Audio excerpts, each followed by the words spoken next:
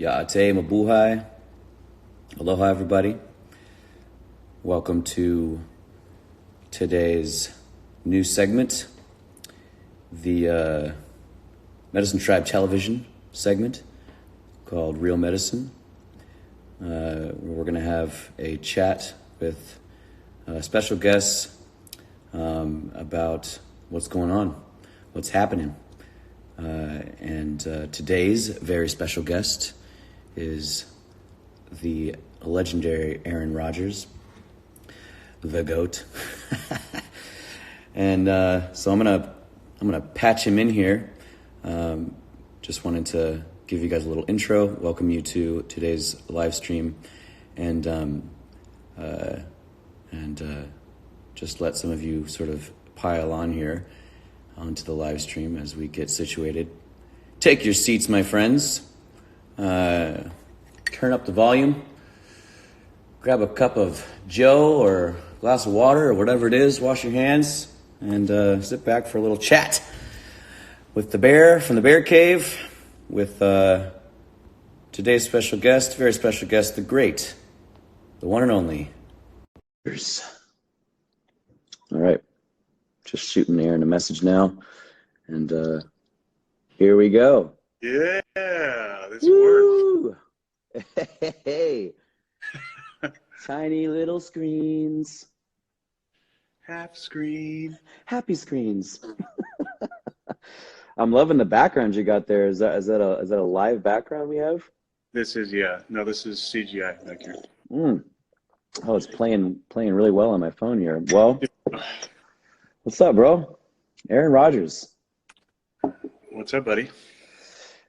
I'm chilling and so happy to get to have a chance to chat with you. I'm turning on my interviewer voice. Aaron Rodgers, welcome to the show. Here we are live on the Instagram. We are here connecting our worlds, our two very different worlds. And here we are. So thanks for joining us today.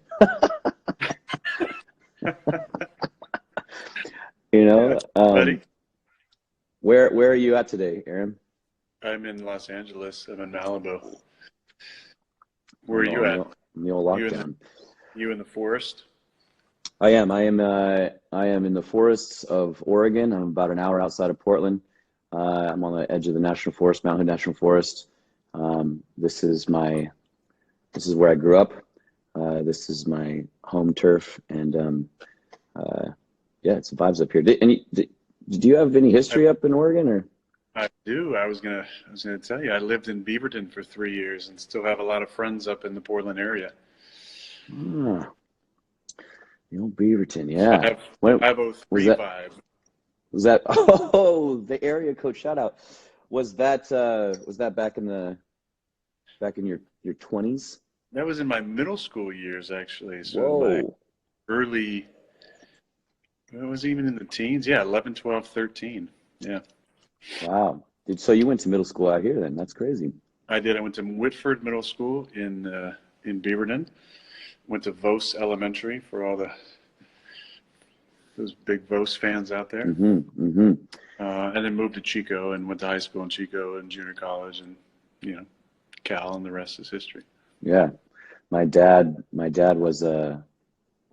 to school and at U of O, so growing up we were always rooting for the Ducks.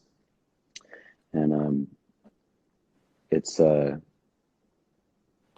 interesting, like my mind just went to a million different things, and actually before I go there, I want to just say a bit about our worlds, because as we were saying earlier today when we checked in, we do have very different worlds, and it's so fun to get to collaborate and bring those worlds together today.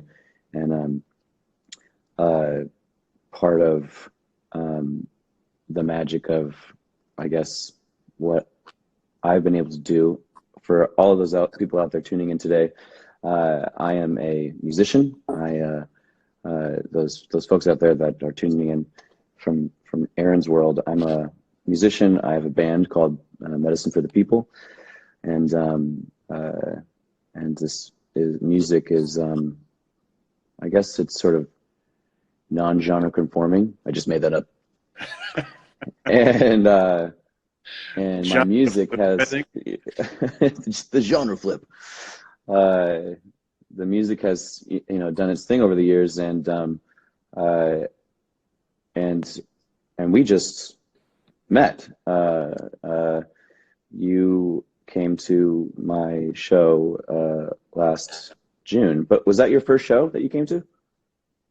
At Red Rocks, yeah, and it was the first show of yours. I actually got to know your music through Danica. She was a big fan of yours and our now mutual friend Trevor Hall, who I've been smashing in my free time at NHL on the PlayStation 4. Oh, Um, dang, you guys are. he actually, he took a shot at me the other day on his live stream, so I wanted to throw it back and let the people know what's really going on between us. Um, but yeah, so I got into your guys' music and had never been to Red Rocks, been a big music fan for a long time, and that was an unbelievable show, and got to meet you afterwards, and been in touch, saw you in LA, and I love your music, and I love your messaging, and um, taking back your power was the name of your tour last year. Take Hmm. your power back, right? Hmm. Hmm. And I just love the stuff you sing about. It's real stuff. The concert was so incredible. Not just the venue, but to see the different ages. I mean, it's a type of music and a concert that everyone can get behind. I mean, you had like little kids there. You had senior citizens. Just the energy was incredible, and that's what we were talking about yesterday. As we were talking about this, is the beauty, I think, in the way that you look at your music and your fans. It's really a family, and Hmm. um, to make a correlation to what I do, I play in uh, the only professional sports organization in North America that doesn't have an owner. So our Mm. fans it feels like a family-owned team, like a city-owned team, a region, It's run state. by the people. Yeah, it's a little different feel. It's pretty cool.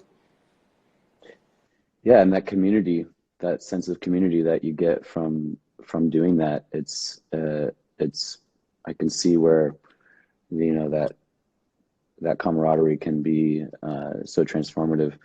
Um, and how was your Red Rock experience? Like that must like the place is amazing, right? I mean, it was incredible. Just the whole day leading up to it and the excitement. I've been to some great venues over the years. I've been to Hollywood Bowl and saw Death Cab there, backed up by Oh the man. Philharmonic, which was incredible. And Tegan and Sarah opened. I've been a Tegan and Sarah fan for a long time. Mm. And then the Rave in Milwaukee. I don't know if you've ever played there before, but it's a fantastic venue. And I've seen some great concerts there. But that was special because the outdoor, the backdrop, of the red rocks, just the acoustics it's spectacular. And I mean, you're a hell of a showman. I mean, what you guys Hey, do, thanks. and the beauty, what I love is how much you highlight your band members, like Mm. the solos that you give those people, and just the talent that each individual your band has is just fantastic. I have so much respect for that.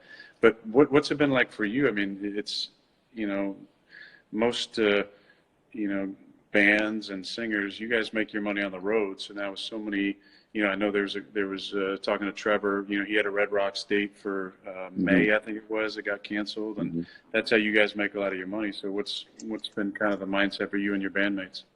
Yeah, it's given the current circumstance, everything is sort of happening day to day right now. It's true. We live paycheck to paycheck based on the touring mechanism of our industry, um, uh, and so we've been hit pretty hard. And I'm fortunate enough to be able to float for a little while here during this interim where we are waiting for good leadership to sort of push us into a space of feeling comfortable knowing that there will be solutions that come forward. um, and but yeah, it's tough. It's tough to have that taken away. But like I was saying to you earlier, it's like on the reel to reel, like the thing that I struggle with is just that feeling of wanting to celebrate in that space of like, oh wow, there's like all this like sort of big picture spiritual connotation to uh, uh, getting to be at home right now, and like getting to stay inside and like be in this like slower space, going internal and looking for that space of power to project out some kind of positivity that we're going to get through this, because as human beings we have been through so much on this planet, um, and so I do know that we will come through this, but also there are millions of people that are less fortunate, that are suffering on real terms, losing their jobs and their homes and losing family members as well. So you know, it upsets me at times, you know, to consider um, that we don't have a system that's set up to support those most vulnerable people. And so, uh, you know, leadership, it, you know, you can resonate that in your field where your leadership with your team takes a lot of practice, and it takes some sacrifice as well. And with my band and my world, being able to offer, you know, leadership in uh, even being able to like provide like live streams, you know, like uh, we've been doing those Wednesdays and Sunday services and performing live shows. You know, we're in the same boat as everybody else, you know, but it's great that we have Wi-Fi and we can like still perform for people at a time when that kind of medicine is most needed. Yeah, I agree. I mean, I see it. It's doesn't feel like a very hopeful time right now. I think that's the thing that we're all struggling with. Whether you know, doesn't matter what we do for our living. Um, I think that's the beauty in what you guys are doing, entertaining us, and I think we're all really appreciative of that because you know it doesn't. For myself in the off season, there's not a whole lot of change. Like I'm still able to work out. I'm still able to do stuff, but there's so many people out there, you know, getting laid off and or having to just work from home or change or becoming going mom to now you're not only a working mom but you're teaching your kids and Right. taking care of there's more responsibilities. um, you know, I think that what we really need right now is hope, and if we're not getting that from our leadership or from prognostications, you know, I appreciate you and your fellow singers and bands, you know, what you guys are doing, because we need something to cheer us up, you know, when all we're getting from the media and some of the stuff is fear and scary. So I appreciate it. What other things is Aaron Rodgers doing right now? Well, because what, you're on off season right now, so you're saying you're probably training, you're working out. Um, uh, Yeah. So what else you got going on? So training, you know, I'm trying to work out every day, and then I'm always She's curious trying to of work different out things. every So day. I've been. I don't have the same type of discipline that my girlfriend does, but I have been working out every day as of late. But Sure. but I love. I've been studying. Actually, I just downloaded Rosetta Stone for Danica and I, helping her with Spanish, with French. So you know, learning some Oh languages. wow, I love Uh, that. we've been learning about astrology, which I know you're into as well. Yo, yeah, Taking an astrology class, been a lot of fun.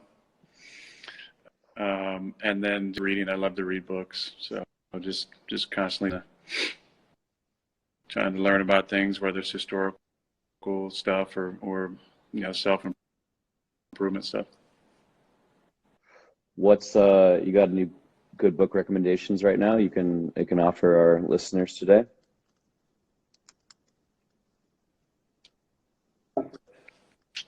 be some of my all-time favorites. I'm a big John Krakauer fan, and he's written a number of really interesting books. Into the Wild was a great one, and phenomenal soundtrack as well by Eddie Vedder. But that's a fun one. Favorite. It's also about his own personal journey. But Into the Wild. Oh yeah, like that Eddie Vedder album That's your all-time favorite? The film. One of my all-time favorites. Yeah, absolutely. I mean, it's up there, like top 5.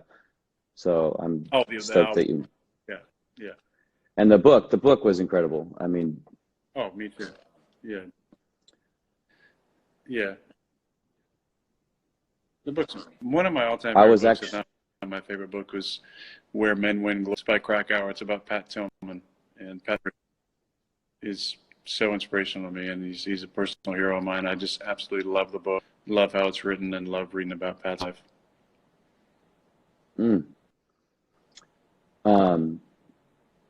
I actually was up in Alaska working when they were filming the film for Into the Wild. I was just up the road from the bus. But yeah, Krakauer's fantastic. I got a book here. I'm gonna grab it. That is one of my all-time favorites. Little Richard Bach. You ever read this one? Oh, no. Yes, I have. I have that one actually. Illusions. The Adventures of a Reluctant Messiah. It's a great one. Author of Jonathan Livingston Seagull. Another great book, Richard Bach. That's one of my favorites. So with the astrology stuff, because like I am a total nerd, although it's kind of how I look at working out too sometimes, where it's like I get really into it for like a minute and then I'm like, but one of the things that is so interesting and cool about Trevor too is that he's so into astrology, and like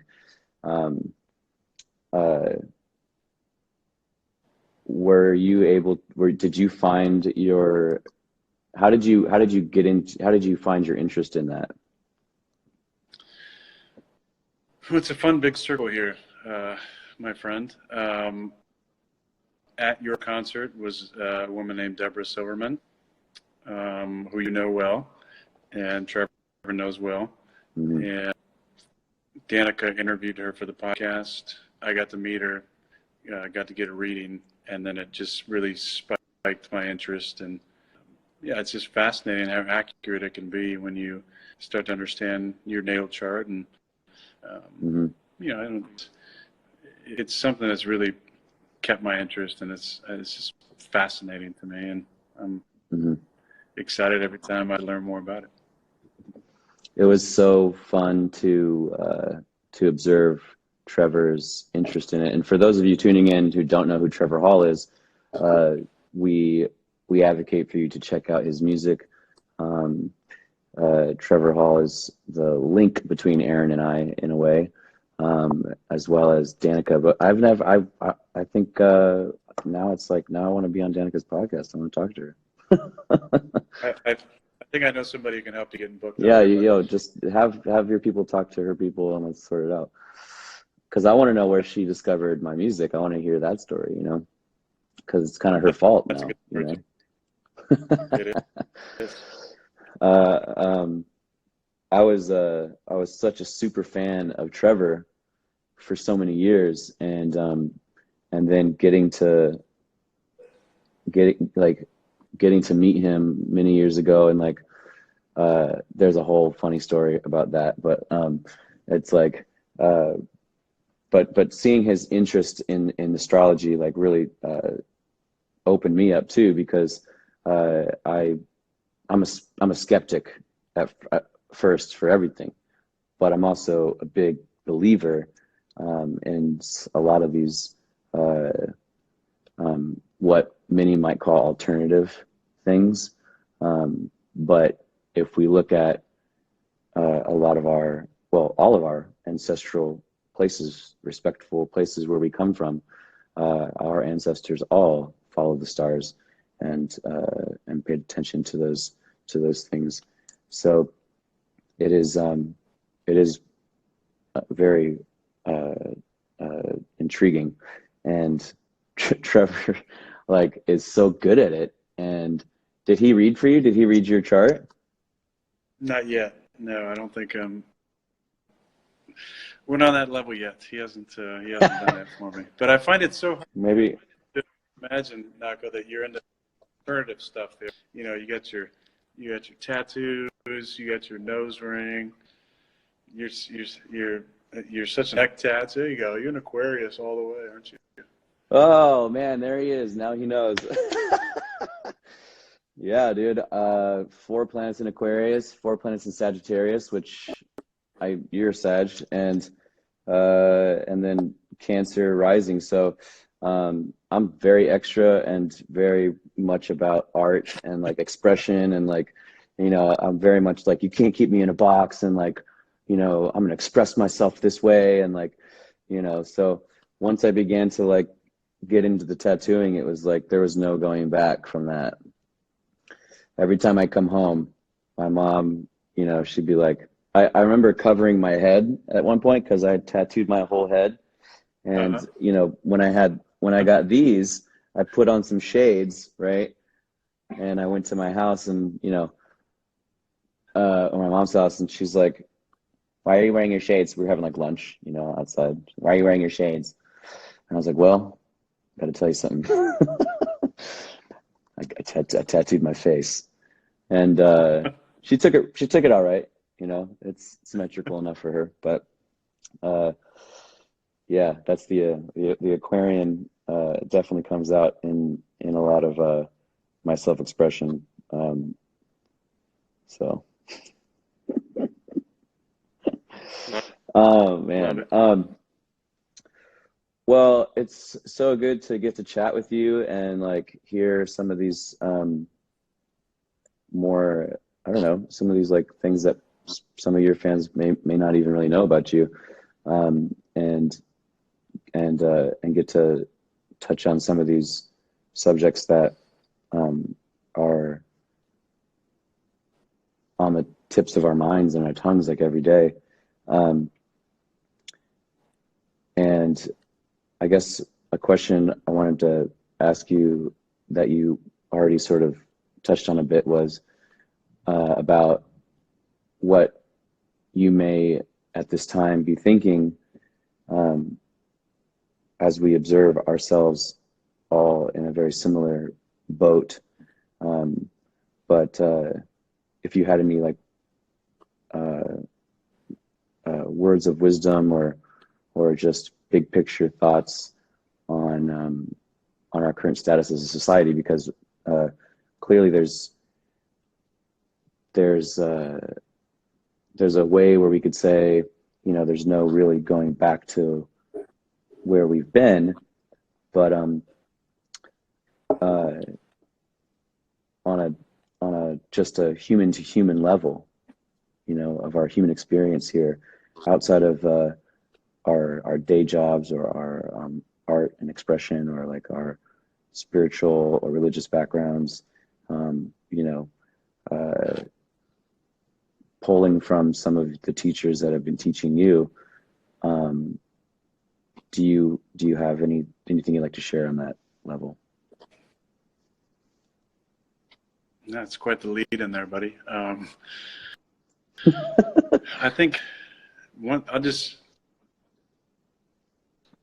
it's, it's such a weird time. I think the Earth has needed to heal, and I think you're seeing some healing with the lower number of flights and the cars. I think the Earth, I mean, I don't know about you guys, but the skies look better to me, and Right. I've seen some pictures from, getting rid of some of that smog. I think the Earth is naturally doing some healing right now, but I think all of us internally, as we slow down, as we go inward and introspective, can find some healing as well. I'll really touch on one thing that I've been trying to do better. and more of. And I took a cue from my Mm-hmm. friend Benevolent Blizz, who's a great follow and a great friend online, and his attitude. So I'd start my day off and Mm. to the universe or to a journal or to Danica or to somebody, just start off the day out loud talking about the things you're thankful for and focusing on Mm-hmm. those things, because it is a weird time with the fear of the virus and sickness and isolation. I think it's good to start off the day just taking some time to be mindful about the blessings that you do have in your life, because I think that attitude is so important, shaping the way you look at each day and each interaction you have with somebody along the day. And as difficult it is for a lot of people, not losing that mindset of having gratitude for the things that you do have, not thinking about the things that you don't have, even though this is a tough time. Absolutely. Being able to find that thing that keeps you grounded in a daily practice. I'm in full agreement there. I'm in the same, and I have the same sentiment around routine and ritual, where being able to get up and maintain and remember in the morning from the first moment you wake up, of that gratitude for this life. And as we sort of work on not being caught up in this fear of mortality, and of economic disparity, that I trust so deeply in the universe that there are people out there who are the great minds of our cultures, who are actively working on solutions, and that there is great information that I can actually access to lessen the feeling of confusion. And it all takes my participation in a collective idea that we are going to be okay, and that the planet is taking a minute, of course, to breathe again, and that we will recover from this. And by maintaining my inner heaven, I can do my part in helping this outer heaven stay in balance. Well said, buddy. Well said. Woo! Be grateful. That's right. Well, I appreciate you stopping by today, man. Likewise, buddy. Thanks for having me. It's cool. It's cool to have a little chit chat on the old gram. I appreciate you inspiring people. Thank you to all the Packer fans out there. Hope to see you guys in the fall. I hope everything gets figured out, but I hope you're healthy now and you're happy and you're thankful and you're constant at gratitude and sticking together and calling your friends and FaceTiming your people and staying connected and not being isolated, and just try and stay as positive as possible. Get through this together. Thanks to buddies like Nahko and Trevor and all the entertainers out there keeping us entertained and happy. And I appreciate it, buddy. Thanks for having me on. Good leadership right there. We are a witness. You're welcome, my friend. You take care. Give my love to Danica. Have your people talk to her. People, we're going to work that one out. And Figure it out. Yes, sir. You guys take care. We'll talk soon, bro. Thanks, buddy. See you.